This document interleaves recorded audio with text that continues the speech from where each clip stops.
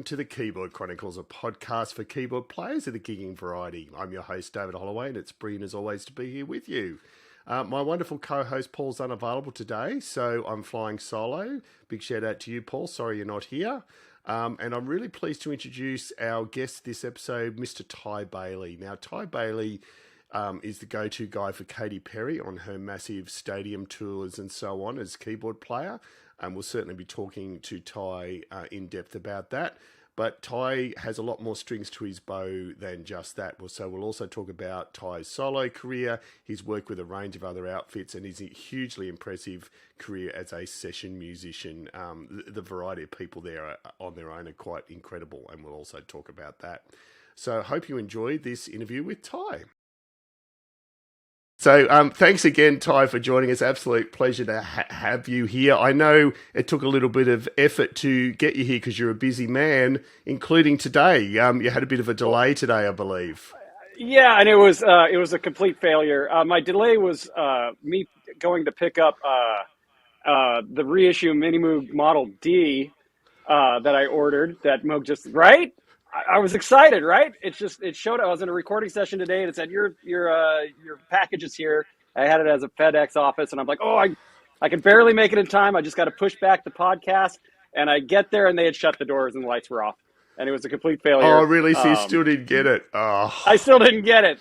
I inconvenienced everybody, and that's what I get. That's karma right there. I get what I deserve. Yeah, I agree with your approach, though, Ty. That would be a grounds for cancellation, let alone postponement. So I figured it's totally legitimate. If on any platform other than a keyboard podcast, it wouldn't make any sense. But yeah. No, anyway, right. Sorry. No, all good. No, wonderful to have you here. So I thought we'd start a little bit traditionally and just talk about what started Ty Bailie out in music. So let's talk about your early life and sort of into earlier adulthood. So what got you started in music? I mean, not really any musicians in my family, except my grandmother's played a little bit of piano. So I was kind of around pianos whenever I'd go visit them. And from just the first memories I can remember was me just like sitting down at one of my grandma's like spinet uprights, and I somehow knew a C major triad. I didn't know what it was, but I would just sit there and play it and zone out, and it would ring or reverberate around the room, and I just kind of like stare off into space. And my parents thought something was wrong, and they were right. And that kind of planted the seed right there. Was just grandma's old uprights, and just touching them and how it vibrated and how you connect to the sound, and it was incredible. So how did that progress from grandma's upright to actually wanting to either study or play music full time? Well, I talked my parents into lessons when I was about 8 years old, and kind of took kind of standard piano lessons from there. Then kind of fell out of it when I was about like 14, 15. And then I got really lucky. So I grew up on a farm in the middle of nowhere in eastern Washington State. Nothing, no music, no musicians, nothing like that at all. It was all just agriculture. Randomly, I don't know how random, but a jazz pianist originally from New York, but had been working his career in LA. Him and his girlfriend was just, we got to get out of LA. Let's move in the middle of nowhere. And they pointed to a map and ended up out by my farm there. And his name's Steve Haberman, and he was the first guy I ever met that grew up in a city. He was the first Jewish guy I ever met. He was a showbiz guy, and he was a great player, bluesy, swinging, kind of, amazing pianist and just dude. And so like he took me under his wing, and that's kind of how I learned. Was from just kind of basically getting with Steve. I was lucky. And so, Ty, you're saying he was a jazz guy, so that obviously explains your huge jazz roots. Yeah. Yeah, he was a jazz guy, but like he also would play like, he'd go out on tour like Tom Jones, and he'd play like rock and roll stuff too. And like he was like pretty greasy and bluesy, and yeah, he wasn't afraid to rock and roll either. He was and is a great, just musician and guy. Yeah. That's excellent. And so coming from an agricultural background, and I'm not a farm boy, but I'm definitely a country boy. How did it go down at home as far as you then deciding, and I'm guessing here, did you essentially start playing music full time from leaving school or? Yeah, I dropped out of high school, not to do music, but actually just to farm, but just to do that thing. And then I think it was at some point I just kind of got fed up, on the farm there, and I was listening to records, sitting on tractors, and like cranking Bill Evans albums and Oscar Peterson stuff. And I'm like, you know what? This sitting on a tractor is not great. Maybe I could try to play piano in a big city. And so, yeah, I moved off the farm to Seattle, Washington, and to give it a go. And yeah, so that was it. But my parents were super supportive about it, so it wasn't like I'm abandoning the family farm or anything like that. So it was cool. And just as an aside, I've always wondered this, no matter the songwriter, but I always like to think, well, does Bill Evans, for example, did he ever realize his work would be listened to on a tractor in rural America? Like, it's great. I mean, yeah, and this was pre-internet. I don't know where I found these records. We didn't really have a record store anywhere nearby that I kind of could go to frequently, and so yeah, just ended up. Yeah, my kind of record collection was super random, at the time, and I just ended up with some cool stuff. And yeah, that's great. And yeah. so you're in Seattle. So how did you go about making networks and building, sort of a reputation as a player there? So I ended up, even though I dropped out of high school and I didn't have anything going for me, I still got accepted to Cornish College of the Arts, which is a little kind of like liberal arts school there in Seattle, that had a jazz pianist I wanted to study with named Dave Peck. And so I went there for a couple semesters and then dropped out of that. Um, but that I met a lot of people just, through school there, and a lot of the teachers were players in town, and that it wasn't too hard to kind of like jump right into like the jazz scene there. Um, and so yeah, so school was kind of my entryway with that, because I didn't know how to navigate a big city. I like, what do you move there and what do you do? Talk to people? Well, I didn't know how to do it. So school was the good way to do that. Yeah, no, that's excellent. So obviously built up, yeah. So started playing around town. So the obvious hmm question then is what was the first break that led to you realizing, well, this is something I can do professionally? Well, I started, the idea was move there and be a jazz pianist, and I worked really hard, and I moved there and I became a jazz pianist, and I was like, oh no, this, I need, this is a lifestyle. Let's try something else. And I was, rock and roll, funk, blues, jazz, I listened to everything growing up, country, like, and I was curious about that kind of music, and so I bought a Hammond organ and immediately kind of started playing with rock bands and stuff like that. And I think the first big show was I got I got tapped to play this kind of like anniversary party for the Pikes Peak Market in Seattle there, and I was in the house band backing up guys from like Pearl Jam and Soundgarden and Presidents United States of America, and like it was like a Seattle's kind of who's who of rock stars. And I was like, hey, I like this. Let's try this. Let's go in this direction. There's a lot of energy here, and everybody's awesome to be around. So yeah, I guess that was kind of the first foot in the door with that. Yeah, because when you mentioned Seattle, that was my first thought, and I'm guessing we're talking years wise here. Ty is what, late '90s, early 2000s.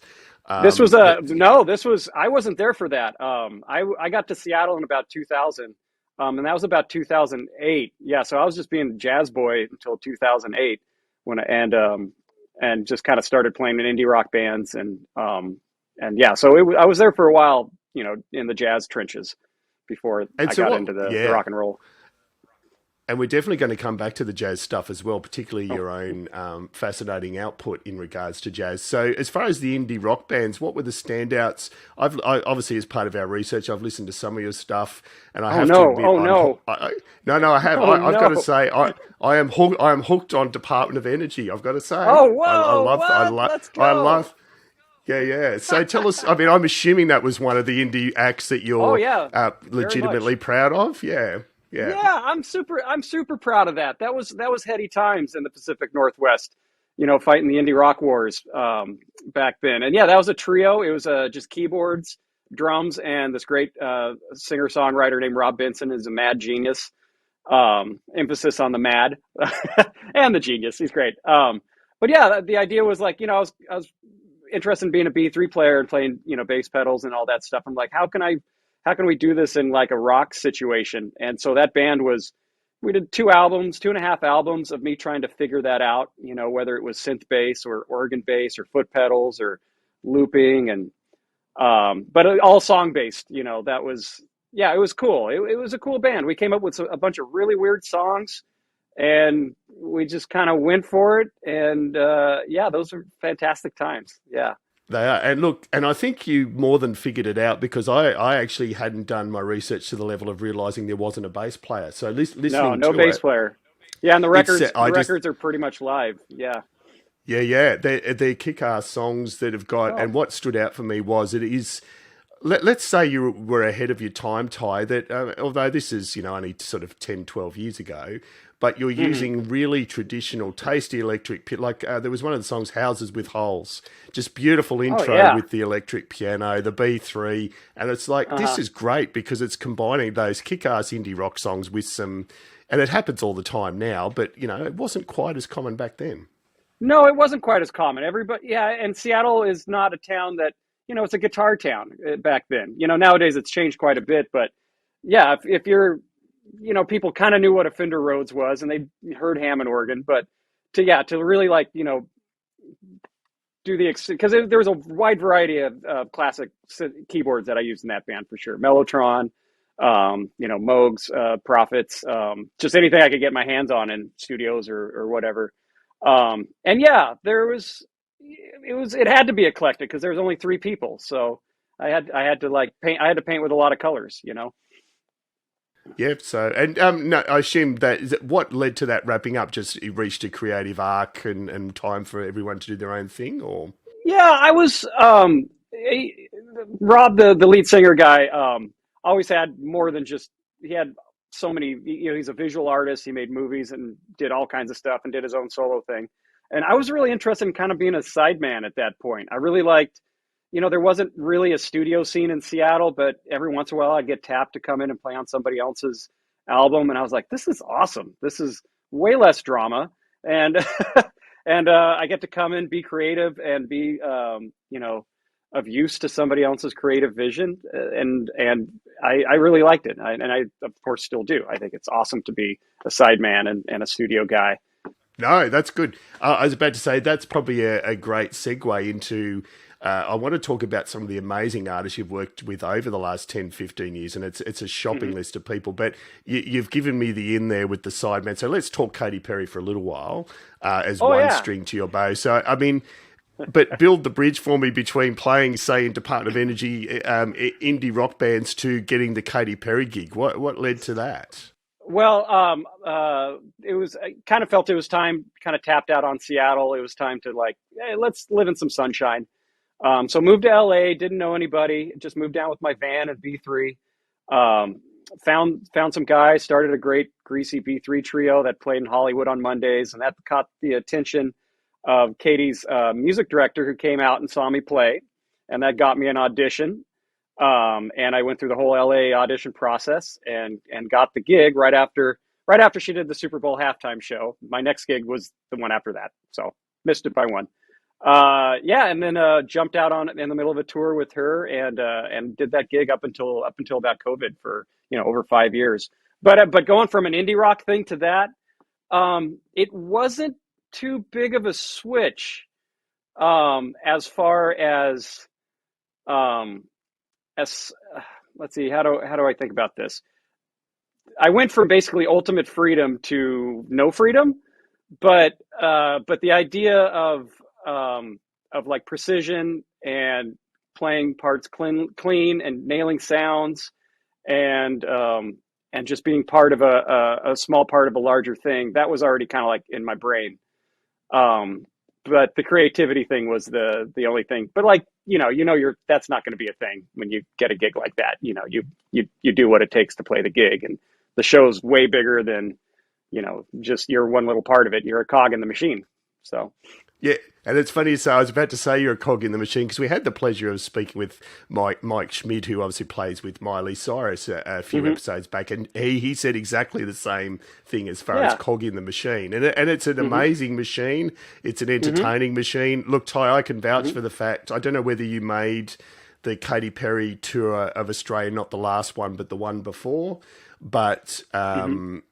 I took my kids to that, and it's one of the best shows I've ever seen in my lifetime. I've talked about it in the Oh, yeah. podcast before, and people when we interviewed Mike, I said people that haven't been to Katy Perry or Christina Aguilera or Pink or Miley Cyrus don't understand the level of work that goes into those shows and how incredibly theatrical, choreographed, and intense those shows are. Yep. They are. And like music's just one part of it. Yeah, and you said it yourself there, like the choreo, the visuals, the whole production of it. You got to zoom out and see the whole thing. So like successful artists like Katy and Miley, they see the whole big picture. So music's the thing that got them there, but it needs to play a role into this larger experience. And that's what it is. It's a full-on experience.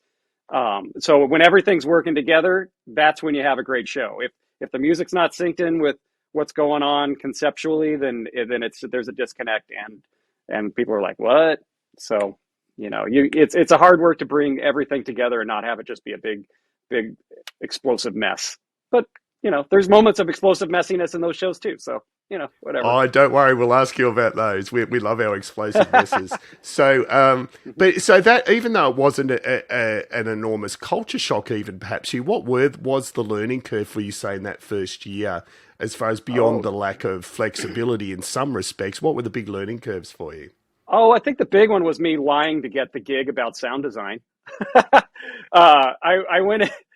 So I went in and auditioned and got the call back and went in front of her, and she asked me just a couple questions. And one of them was like, hey, how are you on sound design? And I'm like, oh, I'm the best. I'm great at it. So good at it. She's like, awesome.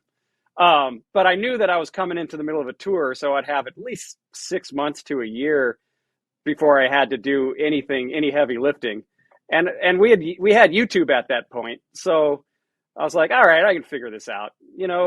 Living in Los Angeles, you meet so many people that be like, man, how did you get to where you are? And like, oh, I just lied and figured it out. Somebody asked me if I could do a thing. I said yes, and then I didn't go to bed until I figured it out. I stayed up for 2 days straight. Or, it's lying's an intense word, but like I knew I could back it up. You talk big and deliver big. So that was a big one. I had to just kind of like buckle down and learn how to recreate sounds from an album, or the opposite of what I'd been doing with indie rock bands, which was coming up with all new creative sonic things. And now it's like, okay, well, this is the sound, how do you get that? And that was a fun challenge. Still is. It's never not a challenge. No, but love that attitude. And as you know, that was a common attitude in the 60s and 70s. People hustled their way into positions because they obviously had talent and ability. But I think that's wonderful. That's great. Yeah. And then as far as, what are your recollections again in that first year of the first big shows and just the impact it had on your understanding of what it's like to play live music? So coming out to the show, I never really had like a visual representation of the show. I learned the show off a GoPro over the keyboard player, because I'm coming into another guy's rig, another guy's how he has everything set up differently, splits all over the place as the songs go on. They change, they're mapped out differently.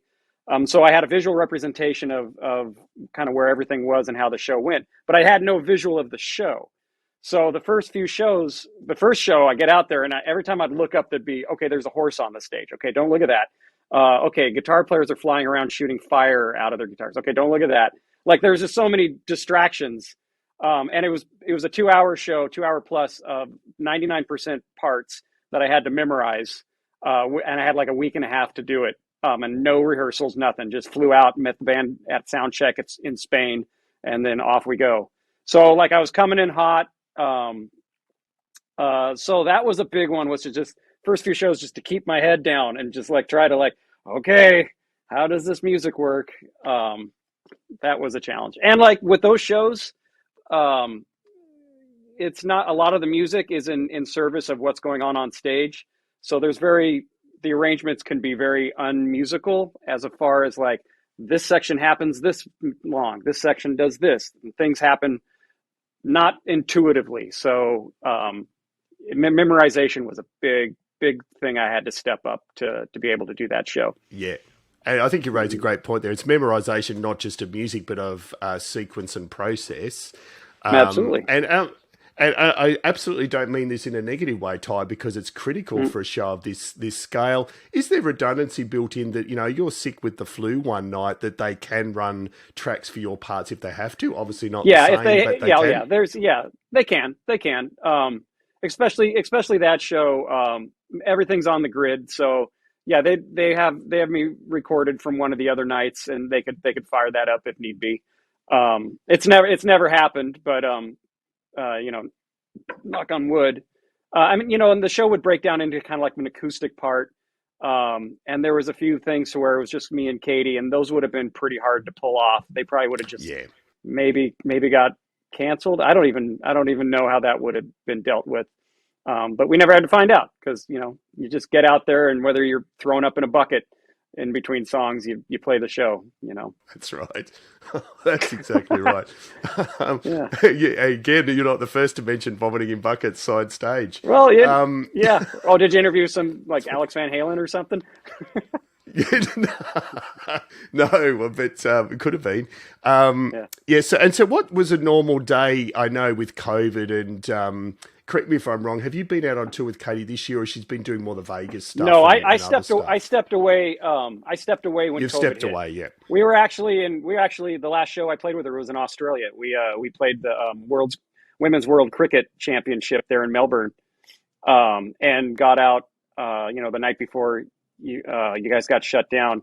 And that was I'd been thinking of walking away at that point, and that was a good time to make a clean break. And that Katy's transitioned into doing like a long extended Vegas residency.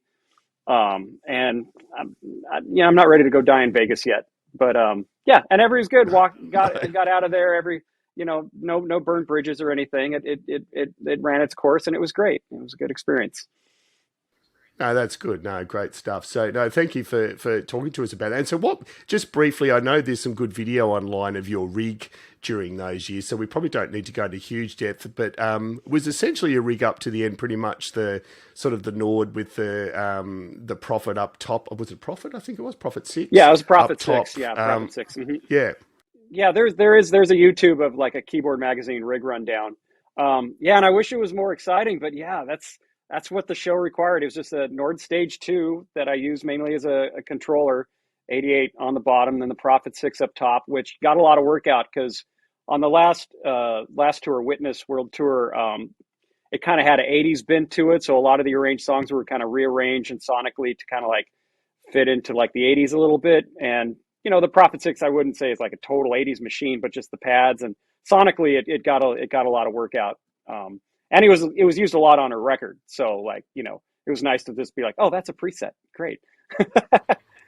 So yeah, no, that's good. And I it's a silly question, but I'll ask it anyway. Do you miss it? Yeah, Do you miss the stadiums?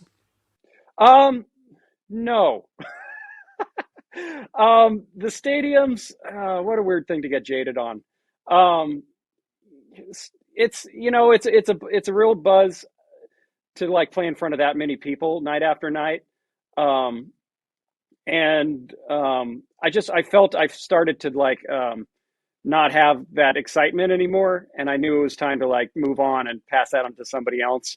Because like the last thing I like to see is musicians on a huge stage, like in a big show, 100,000 people up there, and the musicians are on stage just, and I'm just like, dudes, move aside. There's younger people that will kill for this, that will light up that stage and play the show better than you. Get out, go do something else. There's way more, there's plenty of other musical experiences out there to be had that, playing an arena in a stadium it's a great feather in the cap. It's an amazing experience. I hope everybody gets a chance to do it, but there's other things out there, so. Absolutely. Yeah, no, great viewpoint. Mm-hmm. And so obviously since that time, and I assume also partly due to COVID, you've been heavily involved in what I would loosely call session work and production work. And as I mentioned, the people that you've worked with over the years are absolutely incredible. And I don't even actually know where to start. So I'm thinking depending on what bio you saw, it must depending on the bio, it might be a lot of BS. No, I think I'll just pick ones out and you can tell me if it's BS. We're very transparent here. Okay, yeah, sure, yeah. I So got you've nothing to hide. mentioned a couple, but look, let's call out the obvious. It's sort of jazz linked. Let's put it that way. Dave Oh, Matthews. How did that okay. come Everybody about? keeps. I don't know where that came up with Dave. Okay, I MD'd a thing up in Seattle that Dave was a featured artist with. I think for Brandy Carlisle and Tanya Tucker before COVID, and so played some songs with Dave, and like that made it somewhere, and like it won't. Dave's a great guy. I'd love to be in his band, but I can't really claim that I've worked with him No, extensively. fair But enough. but but the coolest rock and roll star you'll ever run into, Dave Matthews, is fantastic. And that There that you is go. still haunting Excellent. me. That is current gigs that I'm doing. One of the artists likes to read out like the list of people in the band that they've played with, and I keep scratching Dave Matthews out, and he's like, nope, you're stuck with it. That's but funny. but That's Dave's awesome. funny. I'd love to work with him some more, but it was really only that. I used to live around the corner from him and get coffee around him all the time in Seattle. But yeah, can't own up too much of that one.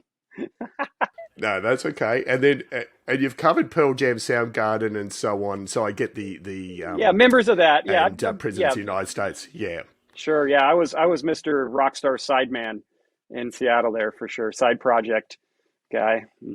yeah. And then, and so the '80s old guy in me is fascinated to know that you've got Duff McKagan, Ace Frehley Yeah, man. Yeah. listed there. Well, Duff, man, I used to teach Duff's daughter piano lessons.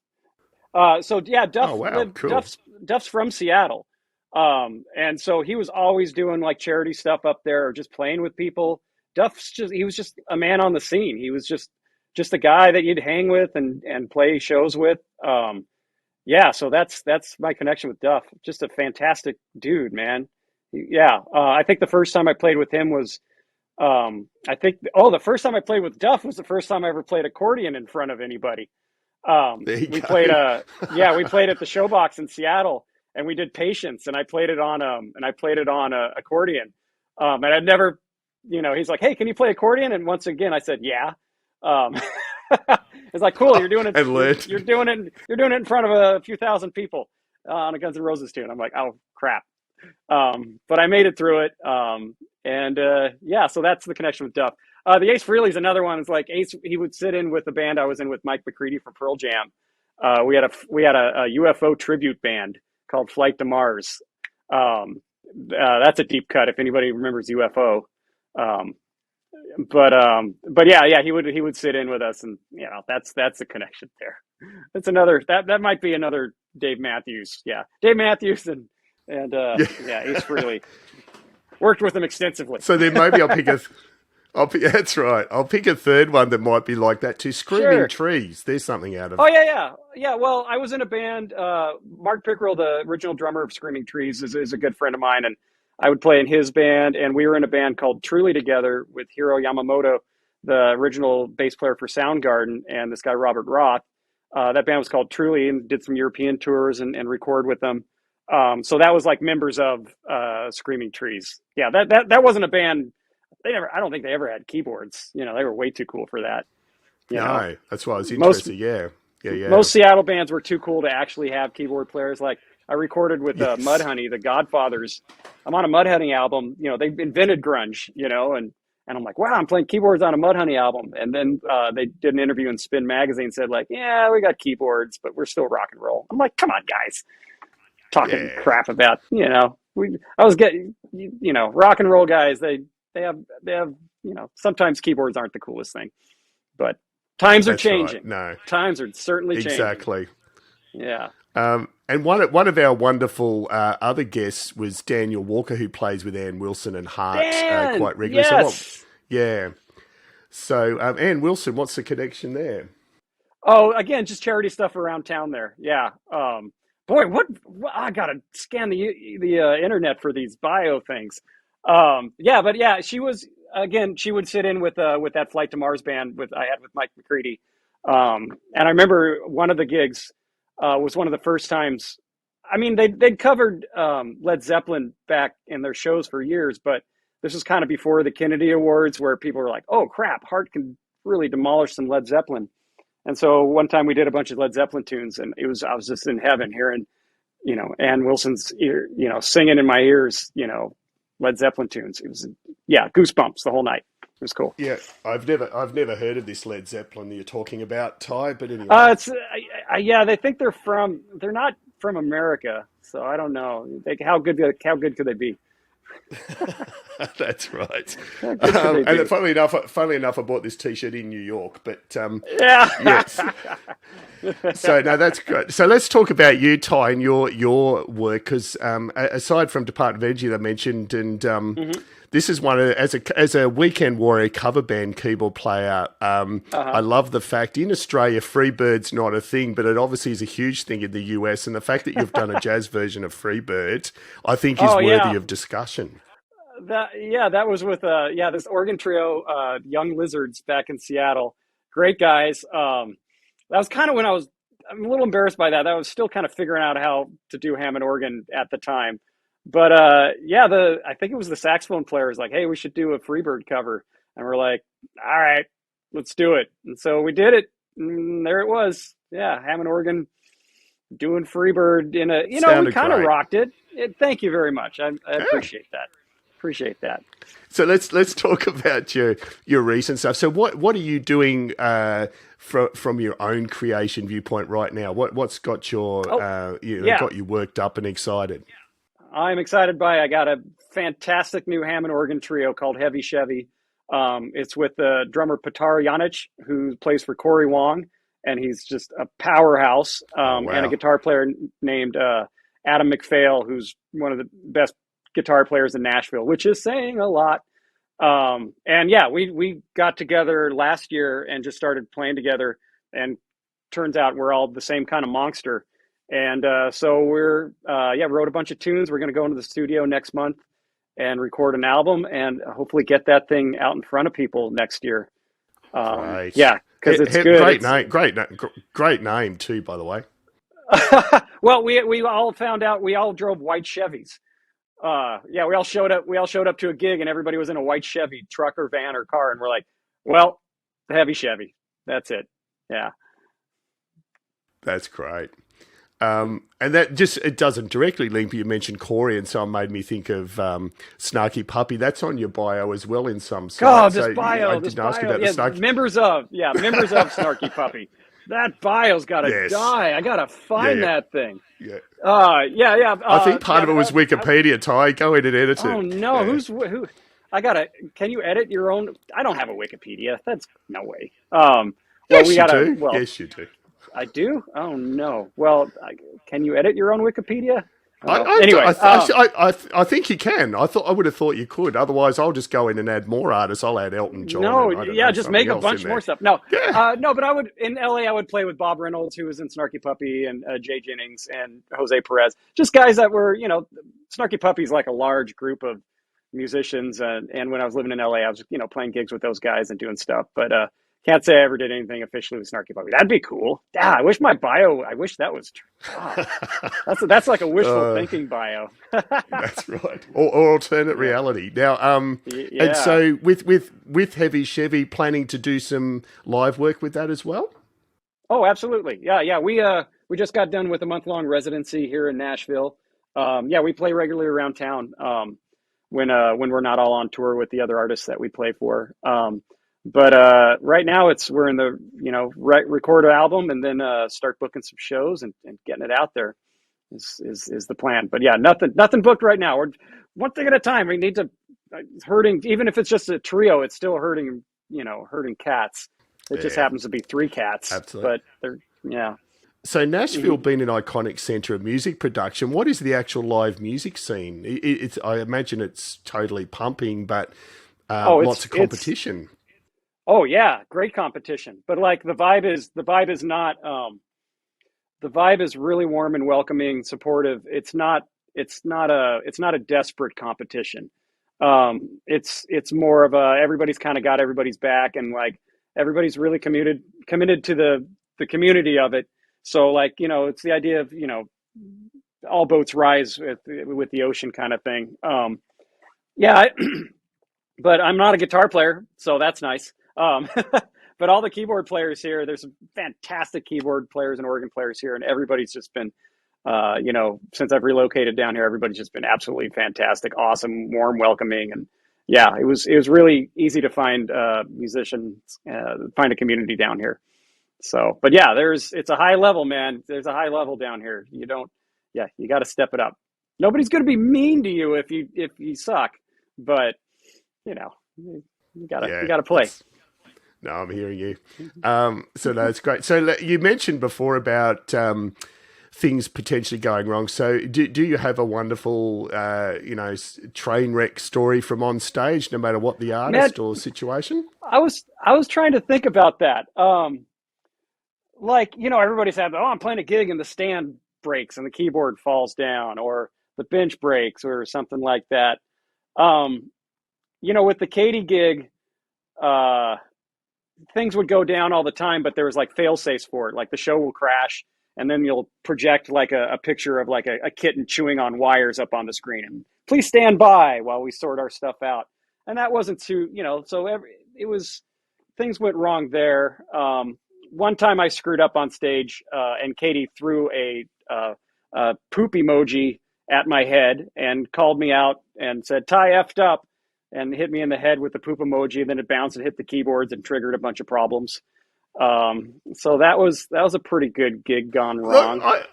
I was going to say that's a great one because the artist has caused the train wreck, and it's funny at the same Yeah. time. That's And gold. all I did was like my third or fourth show. It was the first time I was like, hey, I can kind of look up and around and enjoy what's happening. And I forgot to play like a pad on an outro.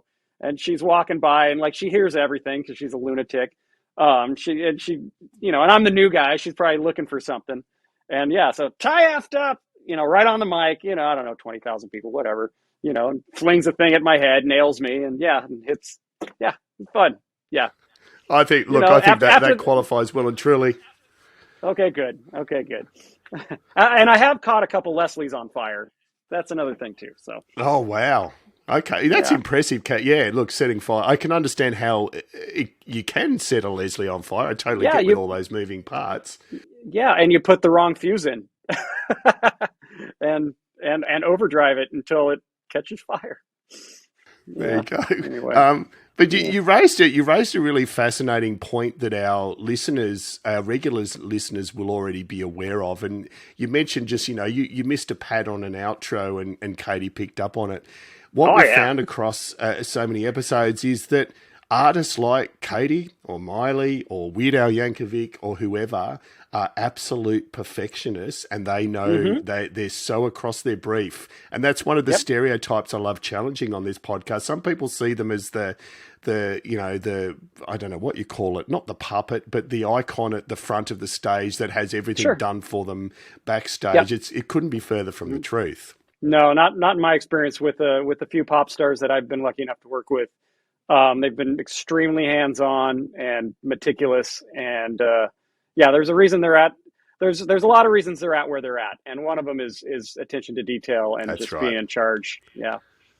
Yeah, Hmm. no, that's great. No, thanks, Ty. That was a good look. Poop emoji. That's as good a train wreck as I've heard. So that's great. Yeah. So one of our other standard questions is obviously tagging a keyboard player, and you're, I think, the second guest we've had where you yourself have been tagged. So in your Oh, case, we had Chris Norton on, who I know you know, hey, Chris Norton. Yeah, I love that guy. right?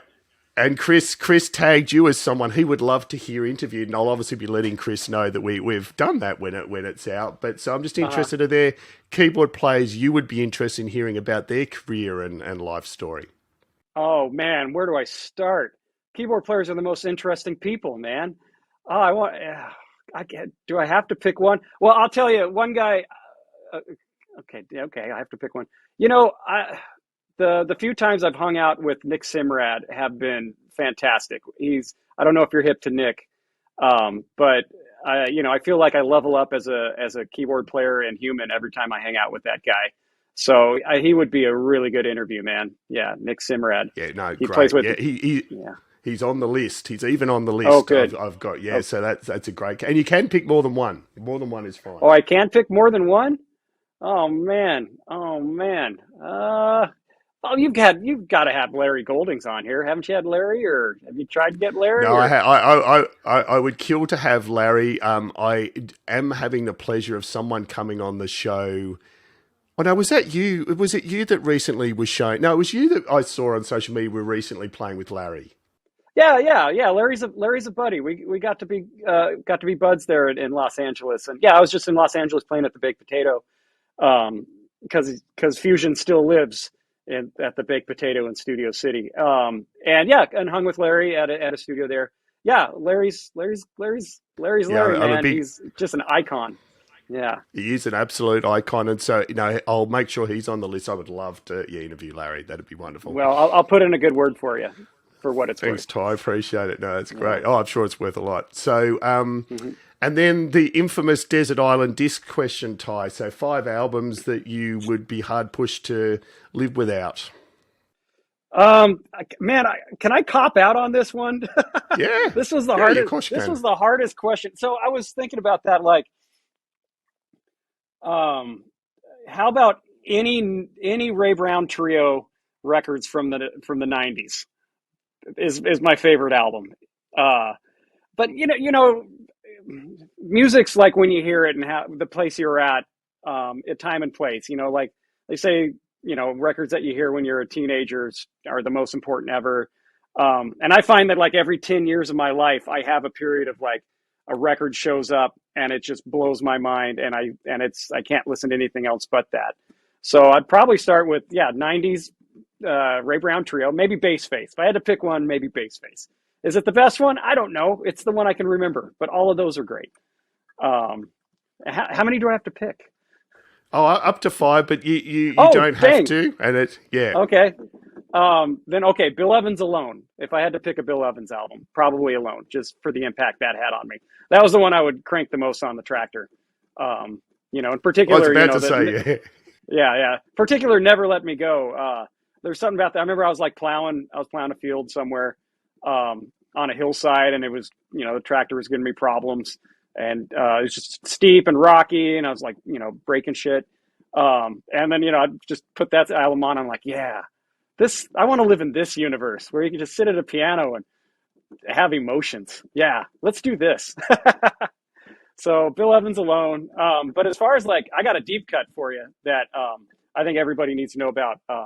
There's a Swedish artist named Tingsek, and he's got an album called Amygdala, and it's got this keyboard player Måns Marston on it. And I just think the keyboards on this album sound incredible. The parts are funky and deep, but creative and different, and in service of everything in a really cool way, man. Yeah. So Tingsek's the artist, Tinsek, and the album is Amygdala. Check it out. That's a big one for me. Yeah. Great. And one more. Yeah, go one more. That's fine. Then, Oh, yeah. Taylor Swift, Folklore. I love it. It's great. I love it. Yeah, legitimately Yeah. so. It's I'd love awesome. your thought. I'd actually love your thoughts as someone that's played in such a diverse range of genres. What has Taylor Swift got right as far as that she's both loved by fans and critics? I have no idea. It's a magic trick. I mean, first of all, she writes great songs, and like, I mean, like that album, there's a song about, I don't know, like being a young girl in love and skateboarding. And I'm like, I've never been any of those things, but why am I relating to this song? I don't know. She pulls this trick, with, the song she writes, and she writes bridges, man. Like these songs all have awesome bridges. Who does that? Nobody does that anymore. And did she do key changes? I'm not sure whether it's actually an urban Yeah, myth, no, but that, key yeah, changes happen, Yeah, for because I'm sure. not sure if it's an urban myth, that meme floating around social media at the moment showing that essentially over the last 10 to 15 years there have been 0 top 40 songs that have had key changes in them versus, sort of Right. roughly 30% in the 70s, 80s and 90s. I 100% believe that, man. Yeah, we haven't had a living on a prayer for a while, have we?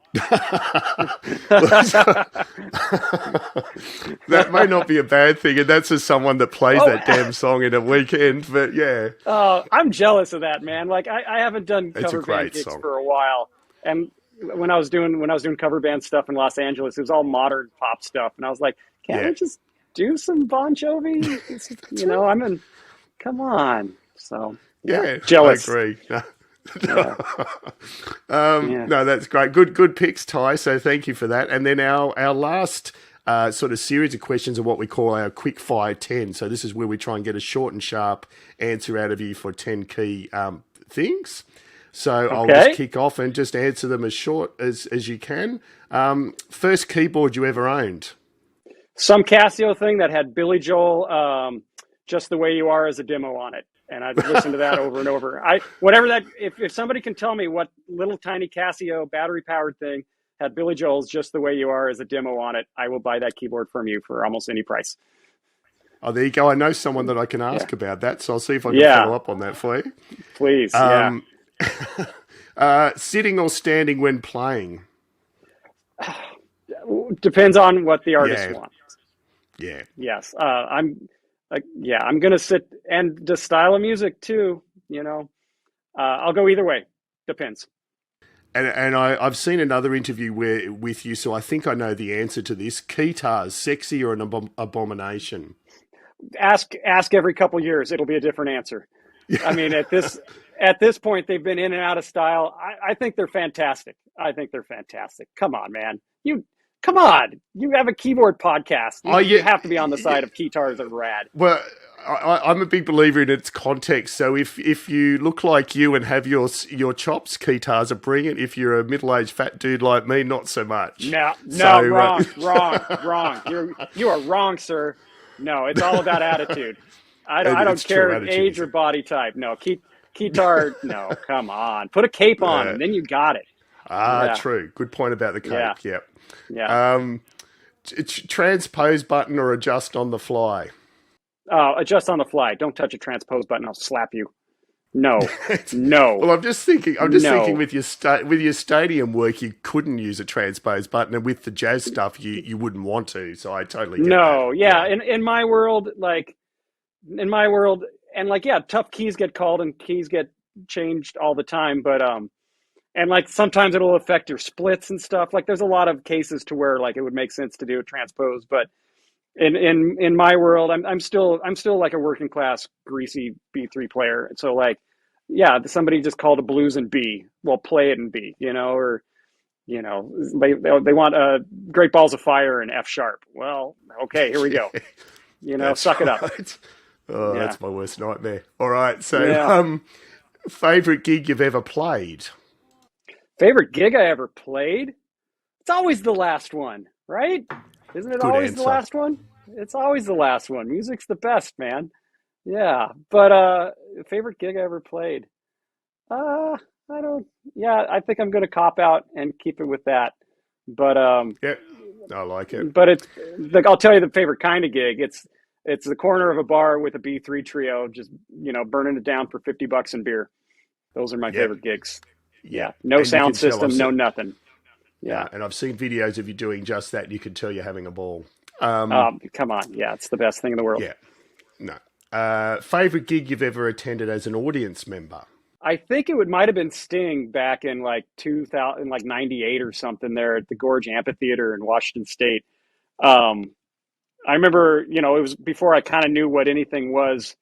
And Sting turned to his piano player, whoever it was, and was like, play a piano solo. And he played just this ripping kind of Latin-esque jazz piano solo. It just brought the house down. I'm like, whoa, yeah, that's cool. So it might have been that. I'm going to go with that. It's the first one that pops into my head. Even though Sting's a psychopathic killer, for those that have watched Only Murders in the Building. Exactly. And he's not talked to me 3 times. I have a Sting won't talk to me 3 times story. But he's Sting. He doesn't need to talk to me.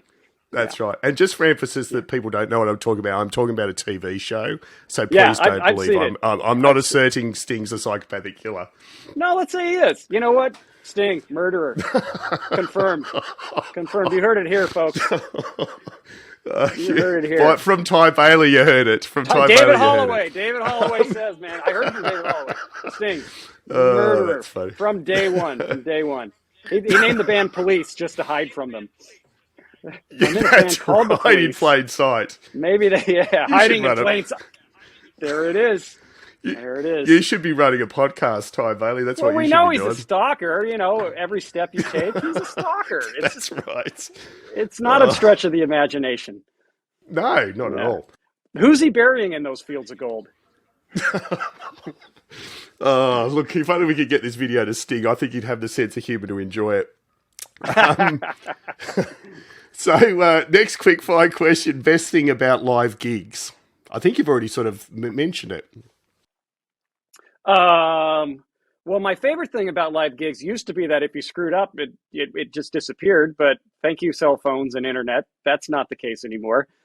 Um, but my favorite thing about, I mean, come on, connecting with an audience, whether it's like three people in a jazz club or it's, 100,000 people at a rock and roll festival in Brazil. Yeah, it's just, come on. It's just that simple human connection thing. Yeah, that's a cliched answer, but yeah, that's the best part of life. And the uncertainty and just the adrenaline.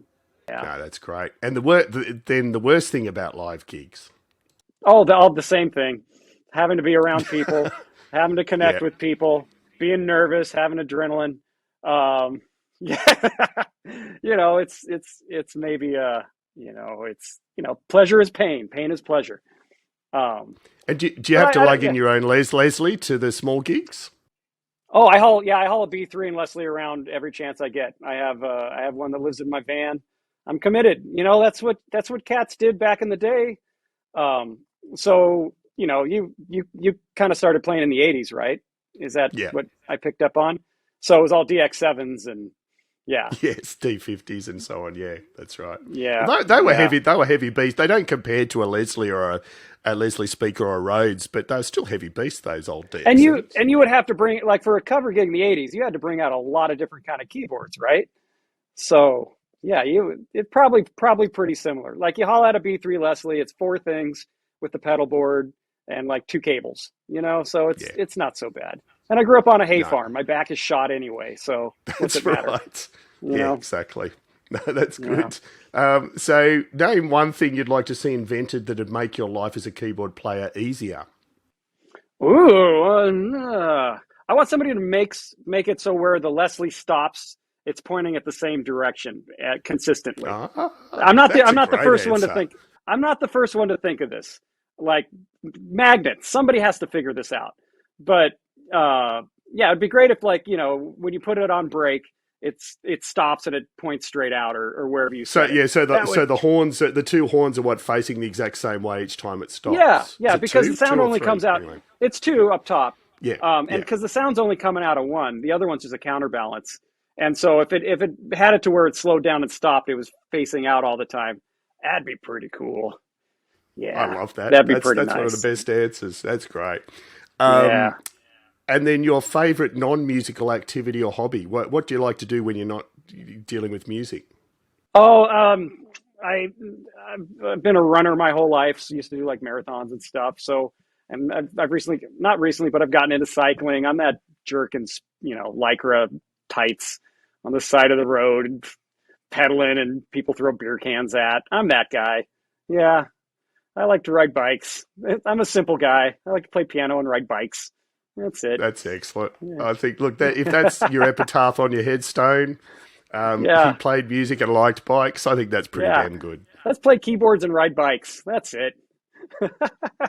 So, Ty, look, that is absolutely brilliant. I cannot thank you enough for taking the time. I know you've had a busy day today, so to do this on a Saturday evening is greatly appreciated. Well, thank you for taking the time.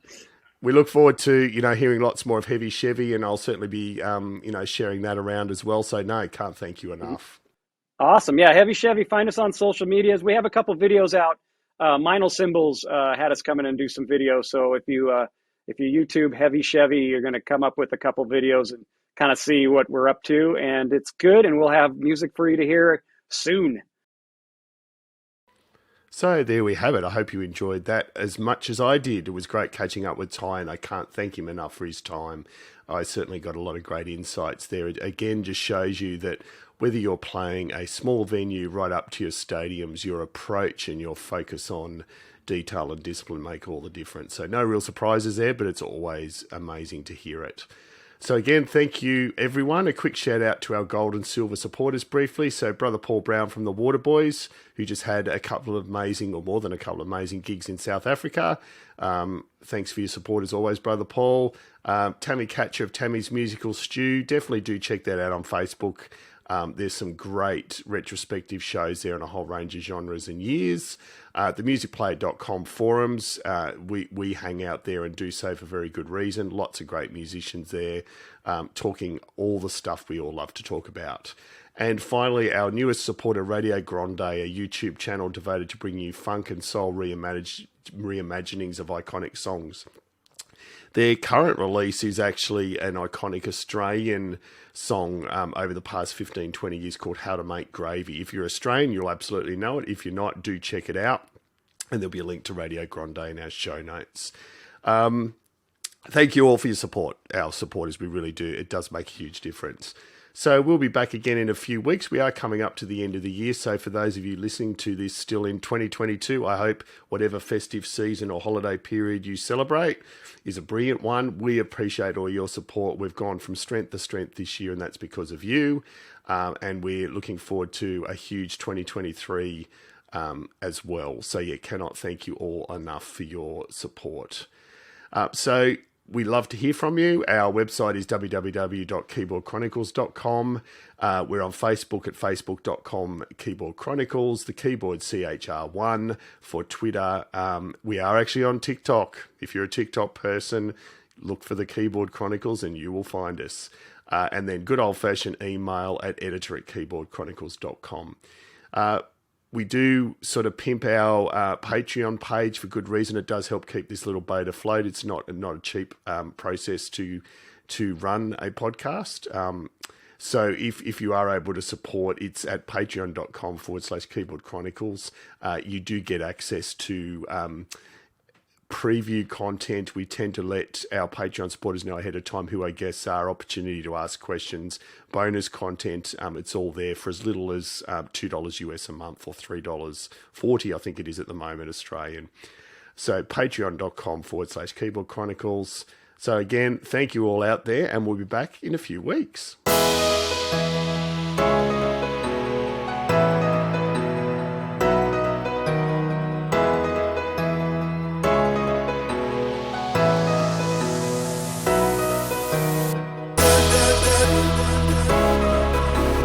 Dun, dun, dun.